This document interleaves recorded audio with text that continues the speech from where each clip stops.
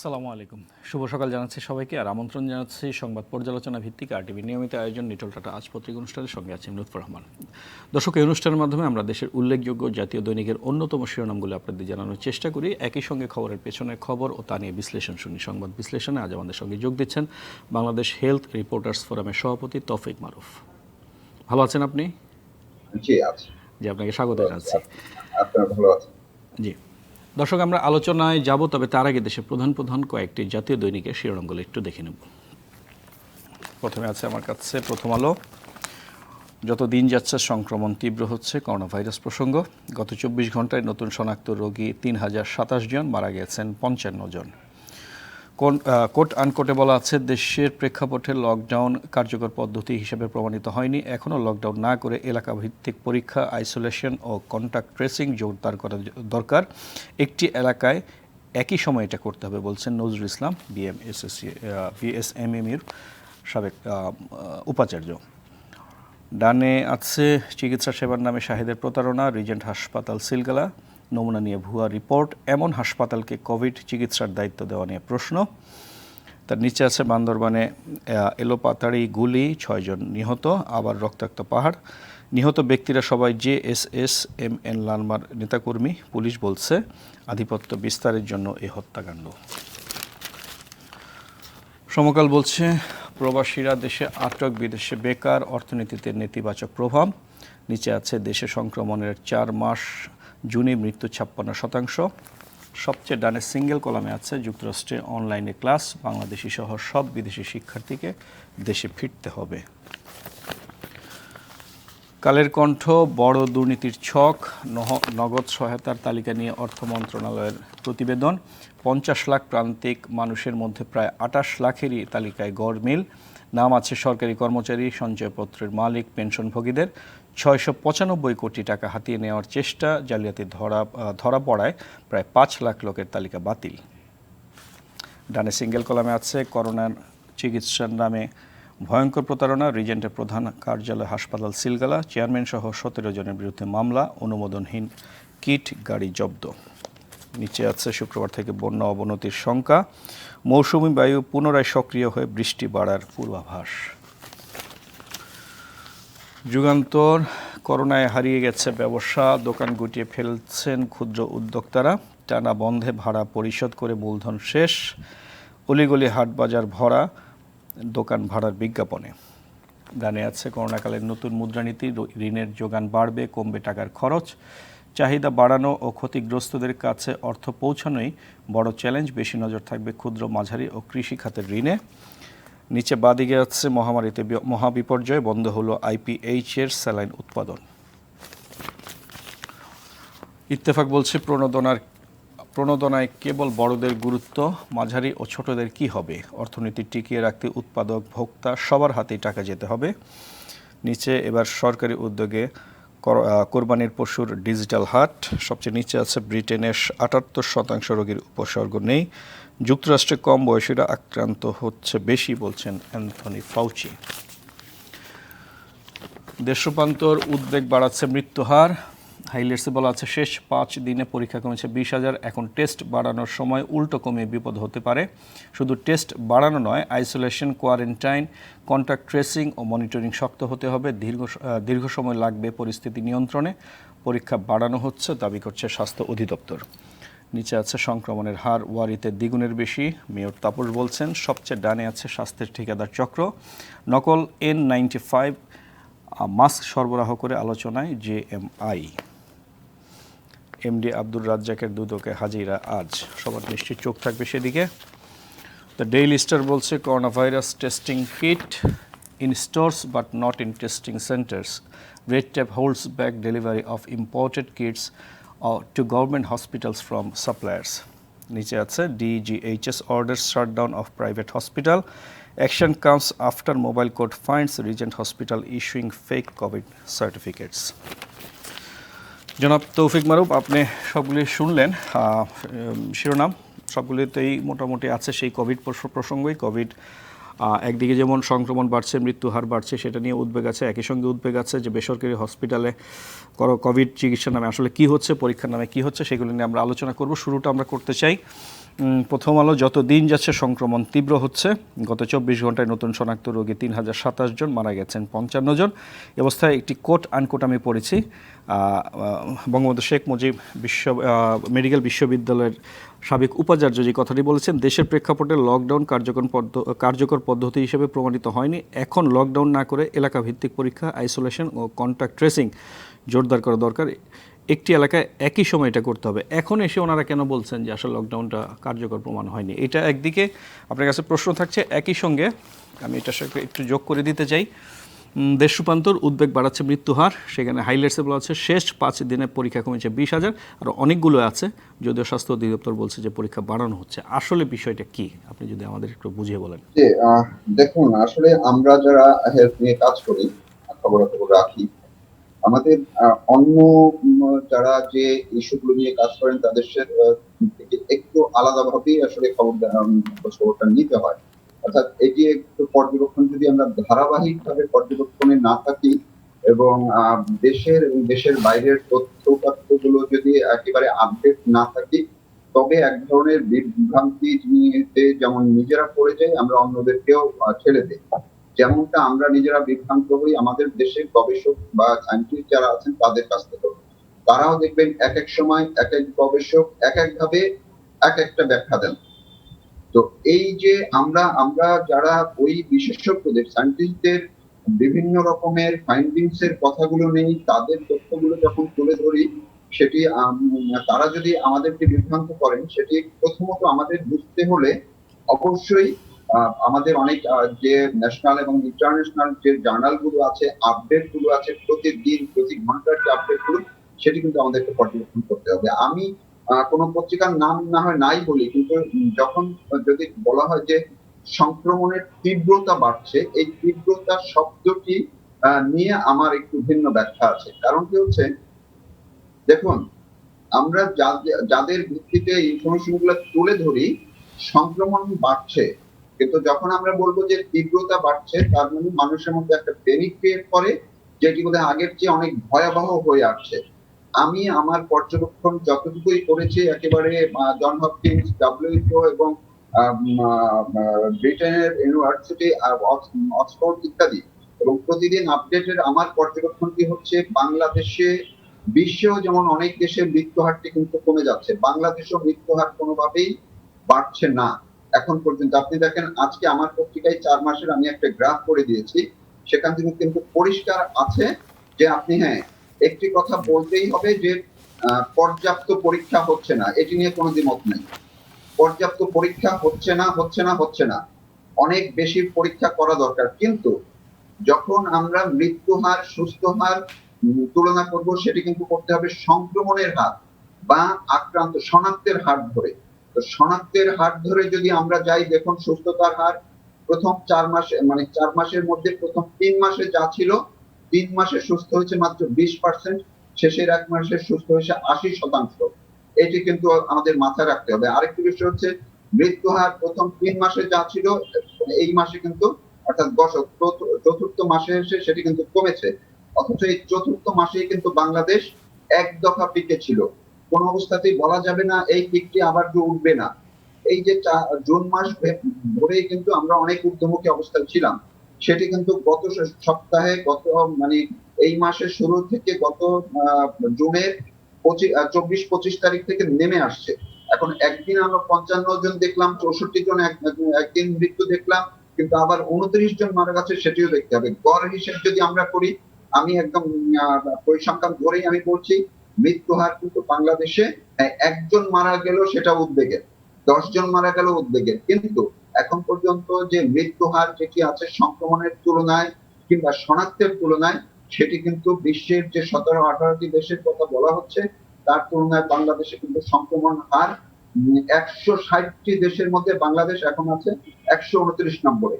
So আমরা যখন বলবো যে তীব্রতা ছড়িয়ে যাচ্ছে, যারা উপসর্গ নিয়ে মারা যাচ্ছেন, সেই সংখ্যাটি যদি আমরা যোগ করি, কারণ অনেকেই তো কোভিড টেস্ট করাতে পারছেন না, হয়তো উপসর্গ নিয়ে মারা যাচ্ছেন, সেখানেও কিন্তু একটু বড় অঙ্ক আছে। জি, গুড। আমি এই জায়গাটিতেও বলতে চাচ্ছিলাম, দেখুন, আমরা যদি ধরি পরীক্ষা এখন 8 লাখ, 8.5 লাখ, আমি ধরি এর যে সংক্রমণ আছে আরো বেশি, ধরেন 15 লাখ সংক্রমিত আছে, আক্রান্ত আছে। আপনি যখন 15 লাখ সংক্রমিত ধরবেন, তখন সেটিকে যদি আপনি রেশিও করেন যে এখন গতকালকে পর্যন্ত মারা গেছে 2152 জন, আপনি এটিকে ডাবল করেন ওই উপসর্গ নিয়ে যারা মারা গেছে, তাতে হয় কত? 4000। তো 4000 হলো আপনি যখন 15 লাখ বা আরো যদি সংক্রমণ, আমরা ঘরে ঘরে সংক্রমণ দেখছি, যদি এই সংখ্যা 20 লাখ হয়, ওই 20 লাখের সাথে আপনি রেশিও করলে মৃত্যু হার আরো কমে যাবে, মৃত্যু হারটি আরো কমে যাবে। কারণ মাথায় রাখতে হবে আমাদের সুস্থতা কিন্তু এখন, ওই যে বললাম গত 1 মাসে 80% সুস্থ হয়েছে, সুস্থতার হার বাড়ছে 46% এখন টোটাল হার। তো আমি যদি 20 লাখ, আমরা যদি বলি যে এখন সংক্রমিত দেশে আছে 20 লাখ, তার মানে মৃত্যু হারটি নেমে যাবে 1-এর নিচে, অর্থাৎ 0.56 এ নেমে যাবে। তো আমি ওই জায়গাটায় বলতে চাই যে আমরা যখন বলি তীব্রতা বেড়ে যাচ্ছে, আবার কিন্তু এখানে আর রেটটি যেটি আছে, আর ফ্যাক্টর, সেটিও কিন্তু 1-এর নিচে নেমে আসছে। এটিও কিন্তু শুধু বাংলাদেশের স্বাস্থ্য অধিদপ্তর যে তথ্যপত্র দিচ্ছে আমি সেটির ভিত্তিতে বলছি না, কারণ তাদের তথ্যপত্রে অনেক গলদ আছে। যখন আপনি যেগুলোকে আমরা ধরি, জন হপকিন্স ধরি, আমি যদি ওই যে বললাম অক্সফোর্ডের সায়েন্টিস্টদেরটা ধরি, আমি যদি WHO ধরি, সেগুলোকে কিন্তু আমাদের রিকগনাইজ নিতে হবে। তো এই তথ্যপত্র যদি আপনি ধারাবাহিকভাবে ফলো করেন, বিশ্লেষণ করেন, দেখবেন মৃত্যুর সংখ্যা বাড়ছে, কিন্তু সেই সংখ্যাটা কত বাড়ছে? আপনি পার্শ্ববর্তী দেশ ইন্ডিয়া যান, ইন্ডিয়ার তুলনায় আমাদের কিন্তু ওই রেশিও ধরে দেখেন, ইন্ডিয়াতে মৃত্যু হার 5 এর উপরে, এখন 3 আছে, 5 থেকে 3 এ নেমে আসছে। আমাদের কিন্তু সেই তুলনায় আপনি যদি সংক্রমণটাকে যদি গুরুত্ব দেন, আমি বারবার বলছি যে আমরা ধরে নেই টেস্ট মিথ্যা, টেস্ট যা তথ্য দিচ্ছে এটি সঠিক নয়, এর চেয়ে 10 গুণ বেশিও যদি আপনি জানেন, তখন কিন্তু মৃত্যু হারটি, আপনি যদি এই সংক্রমিত বা উপসর্গ নিয়ে যারা মারা যাচ্ছে সেই সংখ্যাটি সহ যদি এখন দেশে 5,000ও মৃত্যু হয়, সরকারের তথ্য কিন্তু 2152, তার যদি 2 গুণ হয়, 3 গুণ হয়, তারপরও আপনি যদি 20 লাখের সংক্রমণ নিয়ে যান, রেশিও করলে 1-এর নিচে আপনি নামছে। বলতে তো চাচ্ছেন কি আমি এই আমাদের জায়গাটিতে আমাদের আমাদের মূল উদ্বেগের বিষয়টি কি সংক্রমণ বাড়ছে সেটা, মৃত্যু হারটা আমাদের উদ্বেগের বিষয় না। আপনি যেটা বলতে চাচ্ছেন যে আমাদের মৃত্যু হারটা এখন অনেক কম আছে বিশ্বের তুলনায়, সেটা ঠিক আছে, কিন্তু মূল উদ্বেগের বিষয় কি সংক্রমণের হারটা বলতে চাচ্ছেন আপনি, যে সংক্রমণটা বেড়ে যাচ্ছে? দেখুন, যেকোনো মহামারীতেই প্রথম ইন্ডিকেটর তো হচ্ছে একজনও যাতে সংক্রমিত না হয় সেটি ঠেকানো একটি দেশে। তো যখন সেইটি পারা যায় না, সংক্রমণটি যখন কমিউনিটি পর্যায়ে সারা দেশে যখন ছড়িয়ে যায়, সেকেন্ড স্টেজে টার্গেটটা হচ্ছে মৃত্যু কমানো। যখন মহামারীতে মৃত্যু কমিয়ে রাখা যাবে সেটি ধরতে হবে যে এটি সাকসেস। অর্থাৎ মৃত্যু আপনি 1 জন থেকে 10 জনে যাতে না ওঠে, 10 জন থেকে যাতে 50 জনে না ওঠে, 50 জন থেকে যাতে 50,000 এ না ওঠে। তো এই সংক্রমণের এই জায়গাটিতে বাংলাদেশ ভালো অবস্থায় আছে, এই কথাটি আমি বলছি। অন্যদিকে আমাদের যারা সায়েন্টিস্ট, আমরা যখন দেখেন আমাদের মধ্যে কিছু স্বভাবসুলভ সমস্যা আছে, আমরা সাংবাদিকরাও সায়েন্টিস্ট বেছে নেই আমাদের মতাদর্শ অনুযায়ী, আমরা কখনো বিজনশীলকে হাইলাইটে নেই, আমরা কখনো আইইডিসিআর এর আলমগীর সাহেবকে, কখনো আমরা ওই বঙ্গবন্ধুর আমাদের স্যারকে নিয়ে নেই, কখনো আরেকজনকে নেই। তো এই জিনিসটাও কিন্তু খারাপ, কারণ তারা আমাদেরকে কিন্তু কেউ সম্মিলিতভাবে, বাংলাদেশের বড় দুর্ভোগ, বাংলাদেশের সম্মিলিতভাবে কোনো সায়েন্টিস্টরা একমত হয়ে কোনো কথা আমাদেরকে জানাতে পারছেন না। সেটা এটি ঠিক হচ্ছে আছে, আপনার ব্যর্থতা। কথা ঠিক আছে, আসলে আমি এক ওই একজন জায়গাটি সাংবাদিকের বলি যে হয়তো এক একজন সংক্রমণ বিশেষজ্ঞের সঙ্গে বাড়ছে সখ্যতা আছে। বাংলাদেশে, সংক্রমণ ছড়িয়ে সেক্ষেত্রে পড়ছে, প্রথম আলো কিন্তু সেটি সিঙ্গেল দুর্বল কলামে, হবে। জনাব তৌফিক মারু, যেটা প্রথম আলো সিঙ্গেল কলামে যেটি একটি নিউজ করেছে, আমি যেটা পড়িনি, করোনা মোকাবেলায় 40টির বেশি কমিটি কাজ নিয়ে প্রশ্ন। এতগুলি কমিটির দরকার কি, আর এতগুলি কমিটির সুপারিশকে আসলে সরকার নিচ্ছে কিনা, তাদের সুপারিশ অনুযায়ী কি ধন্যবাদ। কাজ চলছে খুবই কিনা? খুবই খুবই এটি খুবই গুরুত্বপূর্ণ। এই কথাটি আমাদের নিজেদের মধ্যেও কিন্তু আলোচনা হয়, আমরা যারা টেলিভিশনে কাজ করি আমাদের মধ্যে আলোচনা হয়, যে আলোচনাগুলো আসলে অনেকের কাছে খুব ভালো মনে হয় না। দেখেন, 40টি হোক 50টি হোক, এই কমিটিগুলো করা হয়েছিল কেন? এই কমিটিগুলো পর্যায়ক্রমে যখন করা হয়েছে, আমরা দেখতে পাচ্ছি 40 বা 50টি, অর্থাৎ স্বাস্থ্য সেক্টরকে, স্বাস্থ্য, আমি আবার বলছি, রিপিট করছি, স্বাস্থ্য সেক্টরকে চেপে ধরেছে অন্য সেক্টর গুলো যারা সংক্রমণের জন্য দায়ী। আমি যদি বাণিজ্য মন্ত্রণালয়কে বলি, আমি যদি প্রশাসনের জায়গাগুলোতে বলি, এই 40-50টি সেক্টর কাজ করতে পারছে না, তাদের যে সুপারিশ দিচ্ছে সেই সুপারিশগুলো আমলে নেওয়া হচ্ছে না। কারণ আমাদের দেশে অর্থনৈতিক বা জীবন জীবিকার যে কথাটি বলি, আপনি পথেঘাটে বেরোলে দেখবেন যে মানুষ এখন আগের চেয়েও মনে হয় বেপরোয়া হয়ে বের হচ্ছে। তারা কেউ মাস্ক, ম্যাক্সিমাম, কেউ না দুঃখিত, আগের চেয়ে মাস্ক পরার হার অনেক কমে গেছে। দোকানপাট 7টা পর্যন্ত খোলা রাখার কথা, আমি কালকে 11টায় বাসায় আসছি, মনে হচ্ছে যে আগের চেয়ে আরো উৎসব মুখর পরিবেশ। তো এটি বন্ধ করার দায়িত্ব কার? স্বাস্থ্য অধিদপ্তরের কিংবা এই কমিটির? এই কমিটি কিন্তু সুপারিশ যে একবারে দেয় নাই সেগুলো দিয়েছে, কিন্তু বাণিজ্য মন্ত্রণালয় বলি, প্রশাসন বলি, অন্য যারা মন্ত্রণালয় তারা এগুলো আসলে কোনোভাবেই সরকার তাদেরকে মানাতে পারছে না। যেটির এই সংক্রমণ বাড়িয়ে দিচ্ছে অন্য মন্ত্রণালয়গুলো, যে দায়িত্বহীনতা, সেই দায়িত্বহীনতার কারণে সংক্রমণ বেড়ে যাচ্ছে আর সেটির চাপ এসে পড়ছে তৌফিক মারুফ, আসলে আমাদের অনেকগুলো বিষয় আছে, অনেকগুলো বিষয় আমাদের সংক্ষেপে একটু আলোচনা করতে হবে। আপনি হয়তো যেটা বলছেন, আপনার কথা ঠিক আছে, স্বাস্থ্য মন্ত্রণালয় হয়তো এই কমিটিগুলো সুপারিশ করছে, কিন্তু অন্যান্য মন্ত্রণালয় সেটা মানছে না। তারা হয়তো অর্থনীতির বিষয়টিকে বড় করে দেখছেন যে আসলে অর্থনীতি যদি না চলে তাহলে হয়তো সামনে মহাবিপদ এই কাজ করছে। আমি সংক্ষেপে একটু জানতে চাই, টেস্টিং কিট নিয়ে নানা কথা হচ্ছে। ডেলি স্টারও বলছে corona virus testing kit in stores but not in testing centers. এই অবস্থায় কিন্তু টেস্টের সংখ্যা কমে যাচ্ছে, যেটা দেশ রূপান্তরে বলছে শেষ 5 দিনে পরীক্ষা কমেছে 20,000। এই সমস্যাটার সমাধান কি আমরা সহসা পাচ্ছি না?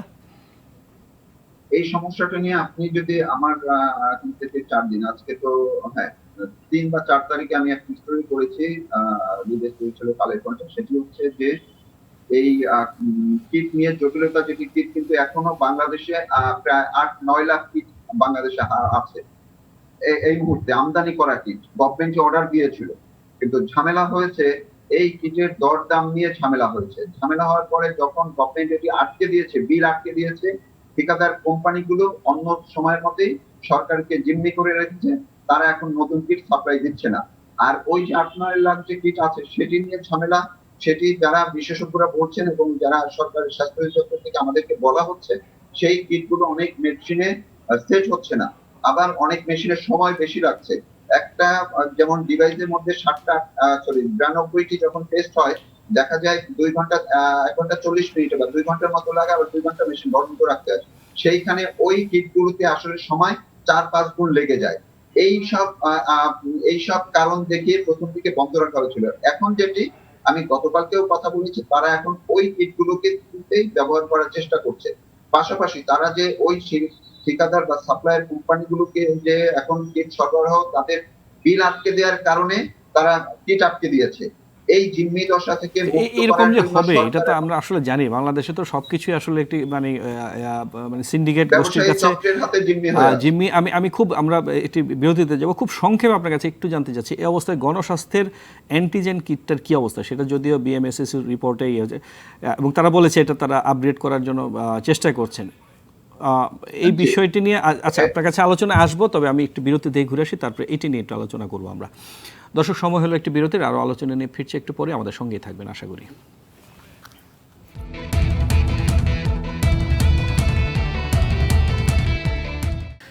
দর্শক, বিরতির পর আবারও স্বাগত জানাচ্ছি আমাদের নিয়মিত আয়োজন নিটল টাটা আজ পত্রিকা অনুষ্ঠানের সংবাদ বিশ্লেষণ। আজ আমাদের সঙ্গে আছেন বাংলাদেশ হেলথ রিপোর্টার্স ফোরামের সভাপতি তৌফিক মারুফ। জনাব তৌফিক মারুফ, আমি যে প্রশ্নটা করেছিলাম বিরতির আগে, সেটা যদি প্রশ্নটির উত্তরটা যদি আপনি দেন একটু। দেখুন, আমরা এই গণস্বাস্থ্যের আপাতত তারা 2 ধরনের কিট নিয়ে যারা মুভ করছে, তারা যদি আরো 4টি কিট ডেভেলপ করার প্রক্রিয়া তাদের আছে। তো অ্যান্টিবডিটা যেমন আমরা দেখেছি যে সেটি এক ধরনের জটিলতা, তাদের ব্যাখ্যার বা ড্রাগের ব্যাখ্যা ভিন্ন। তো তারা এখন সেটি আজকে কালকের মধ্যেই, আমি অ্যান্টিবডির কথা বলছি, অ্যান্টিবডি কিট তারা আইসিডিডিআরবিতে আবার নতুন করে ট্রায়ালের জন্য মান দেখার জন্য তারা দিবে, এবং সেটি তারা আশাবাদী যে এটি সেখান থেকে তারা ভালো ফল পাবে। আর অ্যান্টিজেনিকটা তারা এখনো বঙ্গবন্ধুকে যখন দিয়েছিল সেটি আসলে কার্যকর হয়নি, এবং সেটি তারা আবার ডেভেলপ করার জন্য নিজেরাই নিয়ে এসে আবার জমা দিয়েছে। এখন ওই জায়গাটিতে জমা এখনো দেননি, আমরা জমা দিবেন। এবং অ্যান্টিজেনের যে কথাটি, এই যে পরীক্ষা বাড়ানোর ক্ষেত্রে অ্যান্টিজেন কিটটি খুব কার্যকর হবে, এটি ঠিক আছে। তো এখন অ্যান্টিজেন কিটটি আমরা যেমন গণস্বাস্থ্যের বিধানদার সাথেও পরশুদিন আমার কথা হয়েছে, তারা এটি নিয়ে চেষ্টা করছেন, কিন্তু ওইভাবে এটির যে টেকনিক্যাল কিছু জায়গাগুলোতে তারা আসলে এখন পর্যন্ত প্রপারলি আগাতে পারছেন না। তাদের কথায় আমার যতটুকু একটু মনে হয়েছে যে তারাও বিষয়টি নিয়ে তারা যেতে চান আরেকটু কমপ্লিট, আবার যেন জমা দিয়ে ফেরত না আনতে হয়, সেটির জন্য তারা কিন্তু চেষ্টা করছেন। ভালো একটি আমরা উত্তরটা পেয়েছি। এবার একটু অন্যদিকে আমরা একটু আলোচনাটা ঘোরাতে চাই। যদি এটা করোনা রিলেটেড, প্রত্যেকটা পত্রিকাতেই আছে এবং মোটামুটি ভালোভাবেই স্থান দখল করে আছে। প্রথম আলো যেটা বলছে, চিকিৎসা সেবার নামে শাহেদের প্রতারণা, রিজেন্ট হাসপাতাল সিলগালা, নমুনা নিয়ে ভুয়া রিপোর্ট, এমন হাসপাতালকে কোভিড চিকিৎসার দায়িত্ব দেওয়া নিয়ে প্রশ্ন। কালের কণ্ঠ বলছে রিজেন্টের শাহেদের উত্থান প্রতারণা, করোনা চিকিৎসার নামে ভয়ঙ্কর প্রতারণা, রিজেন্টের প্রধান হাসপাতাল কার্যালয় হাসপাতাল সিলগালা। ইত্তেফাক বলছে রিজেন্ট হাসপাতাল বালতি টেস্ট কেন, ইত্যাদি নানা ধরনের শিরোনাম আছে। মোহাম্মদ শাহেদের এই বিষয়টি নিয়ে আমরা গত কয়েকদিন ধরেই শুনছি, গত 2-3 দিন ধরে শুনছি। র্যাব অভিযান চালানোর পর থেকে কিন্তু আমরা একের পর এক তার এই ধরনের কেলেঙ্কারি বেরিয়ে আসছে উত্তর এবং মিরপুরে, সেটা আমরা সবাই জানি। সামনের দিনগুলোতে আরও জানবো। সাংবাদিক হিসেবে আমার প্রশ্ন হচ্ছে, র্যাব অভিযান চালানোর আগ পর্যন্ত আমরা সাংবাদিকরা কি সেটার খবর পেলাম না? আমাদের কাছে এই খবর ছিল না যে সেখানে এই ধরনের কেলেঙ্কারিগুলো হচ্ছে, এই ধরনের দুর্নীতিগুলো হচ্ছে? হ্যাঁ, খবর যে আমরা একদম পাইনি সেটি না। আমরা কিন্তু দেখেন, এখন থেকে গত মাসের মাঝামাঝি সময়ে বিভিন্ন পত্রিকা, আমার কালের কণ্ঠেও আমি নিউজ করেছি এবং আরো 2-1টি পত্রিকায় আমি দেখেছি যে নিউজ হয়েছে যে গভর্নমেন্টের সাথে একটি ডিল, যে চুক্তিটা করেছিল যে কোভিড হাসপাতালে তারা স্বেচ্ছাসেবী হিসেবে তারা কিন্তু বিনামূল্যে কোভিড চিকিৎসা দেওয়ার জন্য গভর্নমেন্টের কাছ থেকে, বিজিএম থেকে তারা জাস্ট একটা পারমিশন নিয়েছে। তাদের মধ্যে একটা চুক্তি হয়েছিল, যে ওই চুক্তিটা কিন্তু অনুমোদন দেওয়া। এখন এরপরে আমরা বিজিএম থেকে শুনলাম যে এই শাহেদ সাহেব, অর্থাৎ তিনি মিডিয়ার সঙ্গে বড় বড়, তিনি অনেক জায়গায়, ওই প্রসঙ্গে না যাই, তো তার অনেক ক্ষমতা। তো সেই ক্ষমতার কারণে কিন্তু আমরা দেখতে পাচ্ছি গত 2-3 দিন পর্যন্ত এই বিষয় নিয়ে আলোচনা হচ্ছে। এখন পর্যন্ত কিন্তু ওনাকে ধরা সম্ভব হয়নি, ওনার অন্যান্যদের ধরেছে। তো সেটি ভিন্ন। তো তখন কিন্তু স্বাস্থ্য অধিদপ্তর আমাদেরকে এটি জানিয়েছিল যে এই রিজেন্ট হসপিটাল তারা মানুষের কাছ থেকে টাকা নিচ্ছে, বিনামূল্যে চিকিৎসা দিচ্ছে না, উল্টো স্বাস্থ্য অধিদপ্তরের কাছেও তারা টাকা দাবি করেছে। এটি কিন্তু আমার কালের কণ্ঠে আমি ছাপিয়েছি। যখন প্রাইভেট হাসপাতালের বাণিজ্য নিয়ে আমি একটি লিড স্টোরি করেছিলাম, সেটির মধ্যে কিন্তু এই ঘটনাটি আছে। তো এখন কথা হচ্ছে যে স্বাস্থ্য অধিদপ্তরের সমস্যাটা কি, তারা কেন এরকম এই রিজেন্টের যে 2014 সালের পর যে তাদের পারমিশন নেই একটি প্রতিষ্ঠানের সঙ্গে, যখন তারা চুক্তিতে যাবে সেটি তারা কেন তখন দেখলো না? আমি গেলাম একটি ভালো কথা বলে যে আমি এই সেবা দিতে চাই, ফ্রি সেবা দিতে চাই, আমাকে অনুমোদন দেন। আমার ব্যাকগ্রাউন্ডটি কি সেটি কি তাদের জানা উচিত ছিল না? এই জায়গাটিতে কিন্তু বড় প্রশ্ন। হ্যাঁ, এটি ঠিক যে কালকে যেমন র্যাব যে অভিযান চালিয়েছে, পরশুদিন যে অভিযান চালিয়েছে, সেটিরও কিন্তু আবার নেপথ্যে স্বাস্থ্য অধিদপ্তর। স্বাস্থ্য অধিদপ্তরই কিন্তু এটি তাদেরকে, র্যাবকে তারা ইনভলভ করেছে এবং অভিযানের সময় কিন্তু স্বাস্থ্য অধিদপ্তরের লোকজন ছিল। তো এবং আলটিমেটলি তারা এটি বন্ধ করে দিয়েছে। তো মূল স্বাস্থ্য অধিদপ্তরই আসলে তাদের দৈন্যতাটা কোথায়? তারা নিজেরা যে উদ্যোগী হয়ে র্যাবের সহায়তা ছাড়া যে ওটি বন্ধ করবে, এই সাহসটি তাদের ছিল না। কেন ছিল না সেটি অনেক ব্যাখ্যা হয়তো থাকতে পারে। কারণ তাদের ওই ব্যক্তিটির এতই প্রভাব ছিল, রাজনৈতিক প্রভাব, তাদের অন্যান্য অনেক প্রভাব, যে কারণে স্বাস্থ্য অধিদপ্তর, তারা কালকে আমি জিজ্ঞেস করেছিলাম, তারা আসলে এখন এতদিন উনি যাদের প্রভাবের কথা বলে আসছিলেন, যে উনি সরকারি দলের ইত্যাদি কমিটিতে আছে, এখন কিন্তু সেখান থেকে তো অস্বীকার করা হচ্ছে যে না, উনি আসলে কোনোদিন সেখানে ছিলেন না, উনি নাম ভাঙিয়েছেন। এটি বাংলাদেশের দুঃখ, মানে বাংলাদেশের জন্য দুঃখ এটি যে দেখুন, এই লোকটির 32টি মামলা আছে। কালকে আমাদেরকে সহকর্মী যে নিউজটি করেছে, তার যে মানে শুধু এই স্বাস্থ্য ক্ষেত্র না, এখন আমরা জানতে পারছি এমএলএম ব্যবসার নামে জালিয়াতি করে উনি 500 কোটি টাকা হাতিয়ে নিয়ে উনি জেল খেটেছেন। যাই হোক, এটা আমাদের জন্য আসলে দুঃখজনক। আমরা সময় কিছু জানতে পারি না, কিন্তু ও সময় আমরা যখন আচ্ছা, আমি একেবারে শেষ করব। শেষ একটি সময় এই ধরনের শাহিদ করিম নিশ্চয়ই বাংলাদেশে আরও আছেন, যারা করোনার নামে, কোভিডের নামে নাম ভাঙিয়ে ব্যবসা করে যাচ্ছেন বা জালিয়াতি করে যাচ্ছেন। তাদের সম্পর্কে আমরা র্যাব অভিযান চালানোর আগেই জানতে পারবো কিনা, তাদের সম্বন্ধে আগেই আমরা সাধারণ মানুষকে সতর্ক করে দিতে পারবো কিনা, সেই আশাটাকে আমরা করতে পারি? অবশ্যই।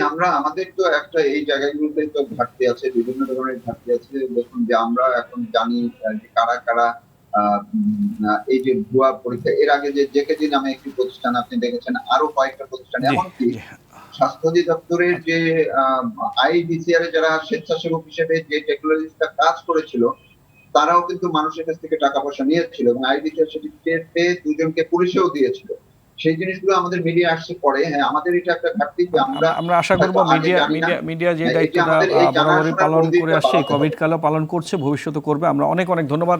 আপনি আপনার সঙ্গে আরও অনেক আলোচনা করা যেত, কিন্তু আমাদের সময় আজকে পারমিট করছে না। আমরা আপনাকে কাছ থেকে আজকে বিদায় নিচ্ছি। ভবিষ্যতে নিশ্চয়ই আপনার সঙ্গে দেখা হবে, কথা হবে। অনেক ধন্যবাদ আপনাকে আজকে আমাদের সঙ্গে যোগ দেওয়ার জন্য। ধন্যবাদ। ধন্যবাদ। দর্শক, আমরা অনুষ্ঠানের শেষ প্রান্তে জানিয়ে রাখি, RTVর করোনা হেল্পলাইন সরাসরি সম্প্রচার হচ্ছে প্রতিদিন রাত 9টায়। করোনা নিয়ে আপনার কোনো জিজ্ঞাসা, প্রশ্ন, অভিযোগ বা মতামত থাকলে আমাদেরকে জানাতে পারেন, অথবা আপনার কোনো প্রশ্ন থাকলে ভিডিও করে পাঠিয়ে দিন RTV করোনা হেল্পলাইন মেসেঞ্জারে। আর নিটলটাটা আজ পত্রিকা অনুষ্ঠানটি এখানে শেষ করছি। অনুষ্ঠানটি প্রতি রবি থেকে বৃহস্পতিবার সকাল 9টা 15 মিনিট ও শুক্রবার সকাল 10টা 10 মিনিট আপনারা দেখতে পান। দেখার আমন্ত্রণ রইল। করোনাকালে মাস্ক পরে শারীরিক দূরত্ব বজায় রেখে নিরাপদে থাকুন আর RTVর সঙ্গেই থাকুন। ধন্যবাদ সবাইকে।